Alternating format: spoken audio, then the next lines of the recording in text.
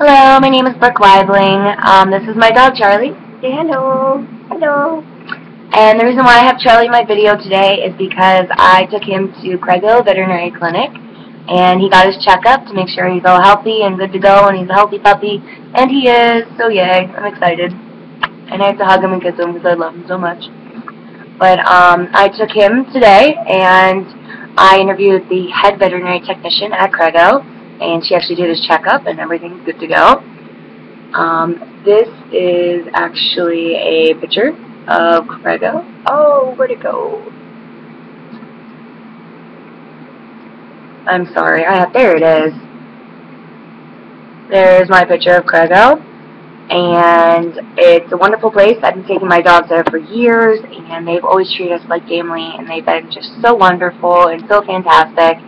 And they've always taken such good care of my pets and my dogs, and it's just, and plus it's only 2 minutes away, so that's even better. So Amanda has been working at Craigo for about 4 years now. She became head vet tech about 2 years ago. She also I asked her what her education was, and she said she studied at the Vet Tech Institute in Pittsburgh. Excuse me, some allergies today. I asked her what her daily duties were. She said they do a lot of blood work and a lot of blood draws.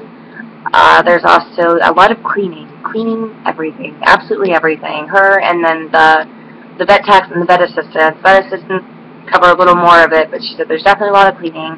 You do a lot of prepping surgeries, prepping surgery tools, prepping rooms, preparing catheters, inserting catheters. There's injections, nail trims, x-rays, getting vitals. She said there's a lot of paperwork as well. You have to write everything down. No matter what you do, you record it so you know it was done and it doesn't get done twice or doesn't get done at all. So make sure you do it. You write down what you've done so there are no mistakes. I also asked her, does she like her job and what does she like about it? She said yes, she absolutely loves her job, and some of the great things about it is getting the animals in, is just helping the animals. That's why she went into this, because she wants to help every animal she can find, so that's what she's doing.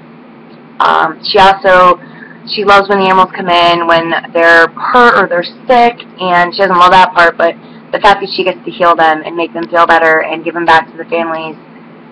She said they might be in a cone or a cast, but at least you know they're better and they get to be back to themselves in a couple days, and she's responsible for that. And she said that's just a wonderful feeling when you get to heal an animal and make them better and bring back the quality of life for them. She said her favorite thing to do is actually taking digital x-rays. She said they got it a couple years ago and she absolutely loves it. She said she doesn't know why, but it's a blast and she loves doing it. So that's another one of her favorite parts of her job. I asked her if she had any advice for a vet tech student. She said, do I have all day? And I said, no, I wish I did, but I didn't. She said one of the first things that you definitely want to look for in a practice when you're going for a job is to make sure it's a place that stays busy. She said it's the worst when you have absolutely nothing to do because all you do is clean. And she said there are days where she has cleaned the same things maybe 3 times in a row and the clock still was going backwards. She said it was just awful. So definitely make sure you find a place where you get to do what you were trained for. She said just make sure you are always busy and there's just not much downtime because you will get stuck cleaning. The other thing she said, which I thought was really interesting, is that she said try to find a place that has more than one veterinarian and that has different specialists. Where she works, there's about 5 or 6 different veterinarians. She said it's just wonderful because when there's something going wrong, you get 5 or 6 different points of view to help diagnose something, which usually happens a heck of a lot faster. And the faster you diagnose something, the faster you can treat it, and the faster you can take care of it, and the faster you can heal the animal, and the happier the client is, because you got it done fast, and you got it done right. She said that's just wonderful, because there's so much teamwork going on, and it's so much easier when you have different points of view to diagnose something. It works out perfectly. And then she said also, last but not least, to definitely make sure where you go has a digital x-ray machine. She said the reason why she loves this so much and why she just thinks it's such a vital part of her practice is because if you take an X-ray, it'll get printed out and you put it on the board and everyone can look at it.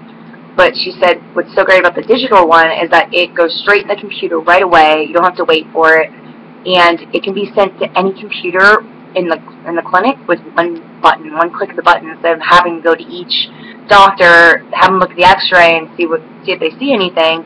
She said it saves so much time because you hit one button, it can be on everyone's computer, and they can all diagnose at the same time, and it makes things faster. It saves time. It saves money. She said it's just a wonderful tool to have in any practice, so definitely look for that. Then I asked her what the hardest part of her job was, and I think everyone basically knows what it is. She said performing euthanasia. She said it doesn't matter if you've done it one time or you've done it a million times. Each time, no matter what, it's going to suck. It's just going to suck, and no matter what you do, you can never be prepared for it, because taking a life is taking a life, whether it's suffering and there's no other choice. But she said it's just one of the hardest things ever. So there's been times where she's gone home crying. She said there are times where there's a family and they're crying, and she started crying. And she said the worst, actually, though, is when the pet is actually dropped off and she has to do it by herself. And she said it's just lonely, and she can just tell. She just said it's really sad. She just hates having the animal just to be left alone. It's just sad. Then she said the other hardest part is when an animal is pretty far into a disease or far into its life, and it's toward the end of its life, and it can have surgery or be put on medicine that might help to prolong the life, maybe 6 months, maybe a year or so, and they will warn the client it might only be that long, or it might even be 2 months. It just depends. And the animal will start to get better. They'll take the medicine, they'll get the surgery, they seem to be getting back to its own self, but then it starts to decline again, and it goes back to how it was before. And the owner had false hope. They thought, oh, they're getting better, it's got another 5 years, but that's not the truth. It actually is what the vet said, and it starts to die and suffer all over again within 6 months to a year, and the owner's just devastated because they have to see the animal go through this all over again, and they thought it was fixed. But she said that's really hard. Then I asked her if she thought her education prepared her for her profession. She said yes and no. She said she feels that's probably how it is with any profession. One thing she said, she wasn't really prepared for the pace. She said she kind of always thought they'd be busy, but she said that's really any place you work. She said that there are days where you feel like you're a chicken with your head cut off and everything's just absolutely crazy, and you are there you don't get to sit down all day. And she said then there are days where it is so slow and all you do is clean. You sometimes clean the same thing 3 times over, and you just keep doing the same thing over and over until your shift is over, and it's the longest day of your life. So she said it's definitely hard to have those days where you're really bored and then have those days where it's crazy. The other thing she said about her education-wise, though, she said she felt very prepared. She felt there's only 1 or 2 things through her whole career that she just wasn't sure about, but for the most part she feels very prepared for everything she's ever really encountered, which is great to hear. The last thing she said that she really wasn't prepared for was actually doing certain tasks. She said in school, when you're helping to prep for surgery or you help with neuterings or spays, that you're doing a certain task with about 4 or 5 other students with you, and you're doing this in a certain amount of time, but you're all sharing responsibility in doing this.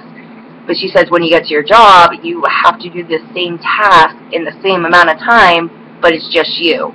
So she said definitely make sure when you are at school, if you have any questions or anything, make sure you get your tasks down as well as you can, and you know exactly what you're doing as fast as you can, because even though you may be doing this and you got great time with 4 other people, you have to do the same thing in the real world by yourself in the same amount of time. So she said definitely make sure you know what you're doing and you can do it in a timely manner, because if you can't, you might not do the job.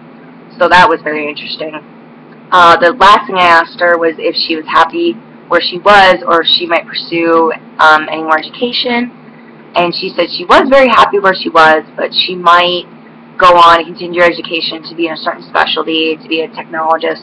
She said she doesn't know exactly what specialty she wants to go into, but she's definitely thinking about it.